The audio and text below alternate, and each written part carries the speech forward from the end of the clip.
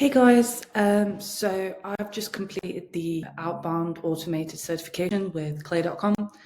I actually work in operations, so doing outbound motions and campaign isn't sort of necessarily within my scope.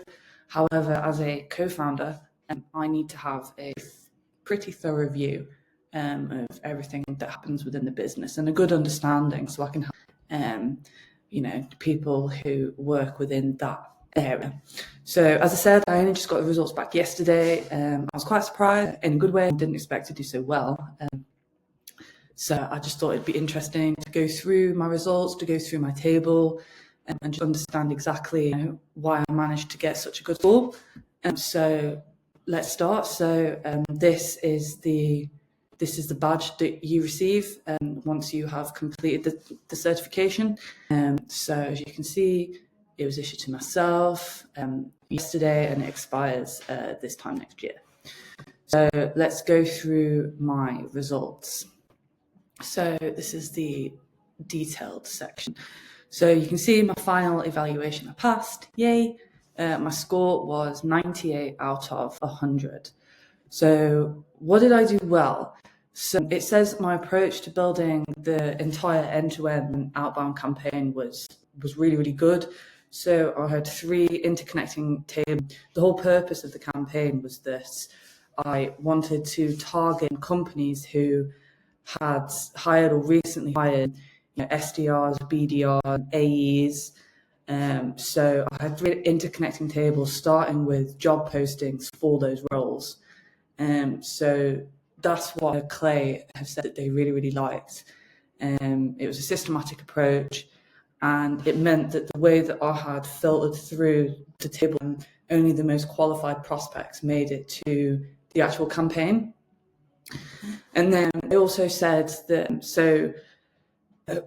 one of my motions for the campaign was to derive company-specific value props based on the identified hiring drivers, so why that company was hiring for that particular role. So I actually used Claygen and AI to determine why the company was hiring. Was it some kind of growth strategy that they were going on? Were they expanding? Had they just raised some recent funding?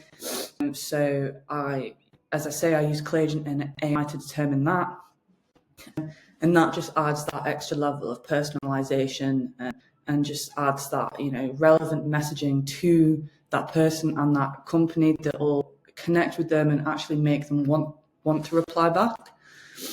And then, so my enrichment waterfalls, so I actually have a specific waterfall that I like to use with certain providers, as I find that the generic waterfall that Clay have, it doesn't always return back nicely. And also the validation, so email seems to be the validation that is automatically added for emails, but I prefer to use zero bounce. You can this returns much more accurate data, and obviously you can exclude catch-all emails, and I just find to be a much better validation step. And then again, I also filtered down here. So I only wanted to target B2B companies, as that is sort of our ICP. So I filtered down and I didn't want to target B2C companies within my actual campaign. So that was like an additional segmentation logic that I included. And then if you've gone through the rubric for the Outbound Automated Certification, they say that having really good conditional logic is a pretty crucial aspect. So as this will basically mean that certain rows won't run unless unless previous rows have. So I implemented that all the way through the 3 interconnecting tables.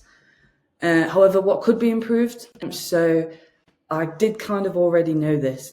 Using AI, obviously, you've got to be really, really careful because the output, especially for emails, doesn't always sound human. So I was aware of this, that it did perhaps need a little bit more sort of a human touch just to make it sound human written. So that was one of the improvements. And then the next one was just making sure that so even though I had used conditional logic, just making it even more detailed, and that would just enhance the maintainability of my workflow and the scalability.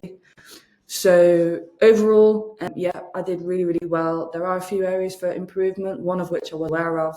However, for a first attempt, I think I hit a bit of luck, which was nice. So let's now actually go into my table. So this is my table. This is what I submitted. And this is what I'll be using going forward for this particular outbound motion. So you can see here, I used the find jobs filter to actually start off. So job title keywords, as I say, I wanted to target companies that were hiring for SDRs, BDRs, AEs, because companies hiring for these particular roles, they tend to be within the B2B SaaS tech industry, which is my company's ICP. And I wanted to find those job postings that were within the last 30 days. So that was it. And for the purpose of this submission, I limited it to 49 rows. And this is everything that I got back. So what I then did was I sent this table data to the next table, which is where I actually extracted the companies that were hiring for those roles. So you can see here, it includes all of the roles that they were hiring for. And then I enriched those companies. So as I mentioned in the evidence document, I filtered down for B2B and B2C, as I did not want to include B2C companies. I also looked up the funding history to see if they had any recent funding rounds, as all this was then going to be included within my value props and my hiring drivers in the last table. So I then also wanted to find out what their tech stack was. So my company specifically, we are pretty proficient in HubSpot. We're also proficient in Salesforce, in Attio, and we work with Pipedrive. So we are very proficient in a lot of the CRMs out there. But for the purpose of this campaign, we wanted to know whether these companies were using Salesforce or HubSpot. So we filtered down there. And then this is where we figured out the sales hiring driver behind why they were hiring. So for example, so the primary driver for this company, Samsara, is that they were having a rapid ARR growth and expanding their customer base. So that was the primary reason there. And then using that sales hiring driver and all of the enrichment on that company, I came up with 5 different value props for those companies. So let's look at an example. So rapid ARR growth means hiring fast. However, new reps can struggle at identifying high value enterprise prospects consistently. So this is where we engineered GTM come in, and we help the team target the right accounts from day one, helping sort of at the top of the funnel. So making sure that everything is interconnected, your tech stack is efficient, and you don't have, layer upon layer of similar tech, and it's just nice and streamlined. So I've got my 5 value props, and then once I'd got them, am I ready to find people? Yes, I am, as I've gotten all of the value props and I've filtered down to those specific companies that I want. And then I next did a people search from those companies. So we'll go in, we'll have a look. So yes, you can see my conditional logic here. So let's then go into the next table, finding people. So this is where we really start to build a campaign. So I wanted to include the time zone that these people were in, because then I can push the different time zone segments of the campaign at different times, just so it makes more sense. And so, for example, the campaign isn't landing in someone's inbox at 3:00 in the morning. So I then did my work email waterfall enrichment. So this is my particular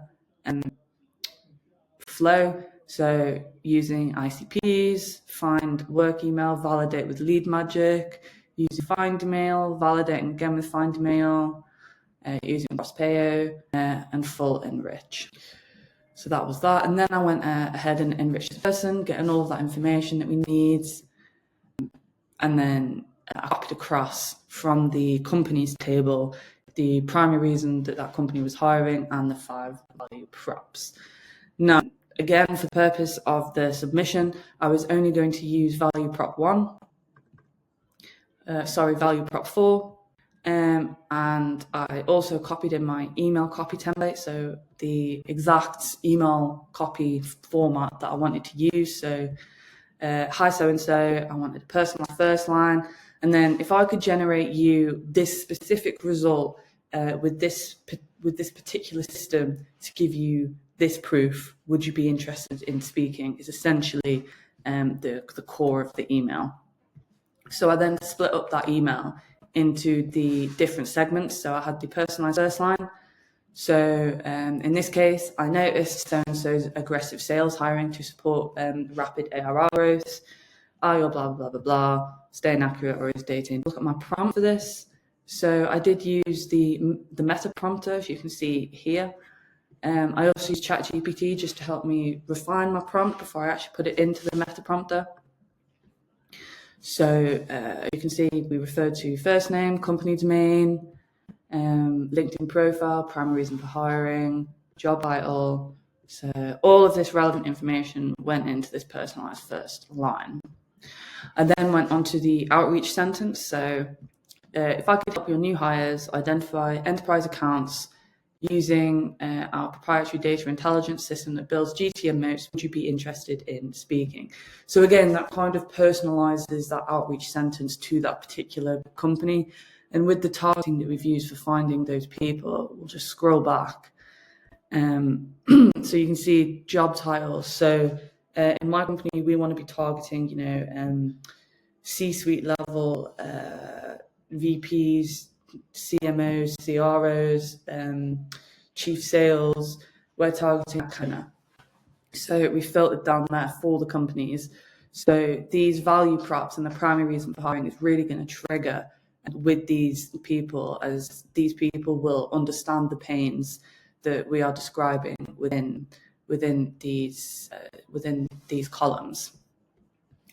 And then finally, I used Clay's integrated messaging enrichment to put the entire email together. So if we see here, so hello, so-and-so, I noticed your aggressive sales hiring to support your growth. And then, as I say, the outreach sentence at the bottom. So I did all that. And then, so one of the criteria that you needed to hit within the outbound and certification rubric is that you needed to show that you could push it from Clay into the relevant outbound tools, so Smart Lead, Instantly, any of those ones. So for the purpose of this, I simply just used a Google Sheets. So you can see here, all the rows were added. If, for example, an email was not found, instead of doing instead of putting them into the email campaign, I put them into the LinkedIn outreach. So again, I had another sheet for that and added the relevant rows. You've got to make sure though that when you're doing this that you map it all correctly. So if we go on into LinkedIn outreach, so there we go. So I had to make sure that my Google Sheet was mapped correctly with the right column headers. So you can see that I've done that here.